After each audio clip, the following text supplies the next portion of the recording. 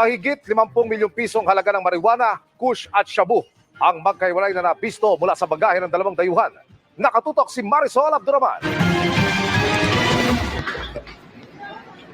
Dahil may nakitang kaduda-dudang imahe sa loob ng bagahe ng isa ilalim sa X-ray machine, isinailalim ito sa field testing gamit ang K9 unit ng PDEA. Umupo po yung K9 po natin.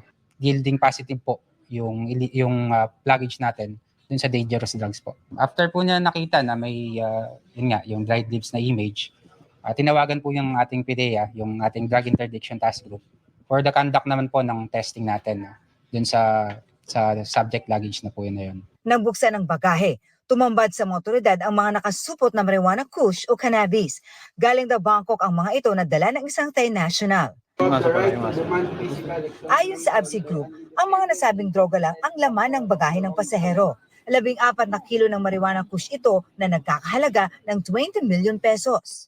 Sa dami po ng na-confiscate or na-intercept natin na illegal drugs, hindi po siya for consumption, most probably for distribution po siya.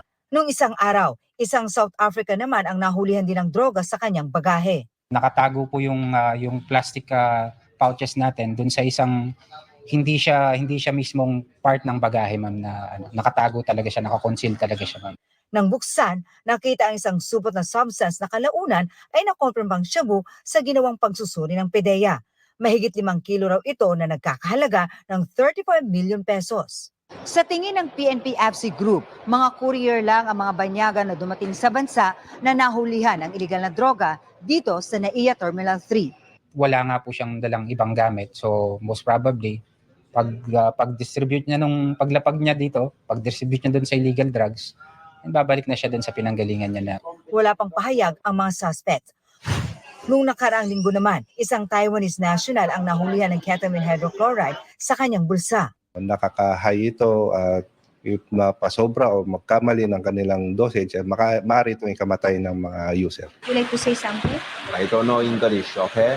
Ang halos sunod-sunod na pagkakahuli sa mga banyagang nagtangkang magpasok ng droga sa bansa ay bahagi raw ng pinaigting na pagbabantay ng NAIA Interagency Drug Interdiction Task Group sa mga paliparan. Para sa GMA Integrated News, Marisol Abduraman. Nakatutok, 24 oras.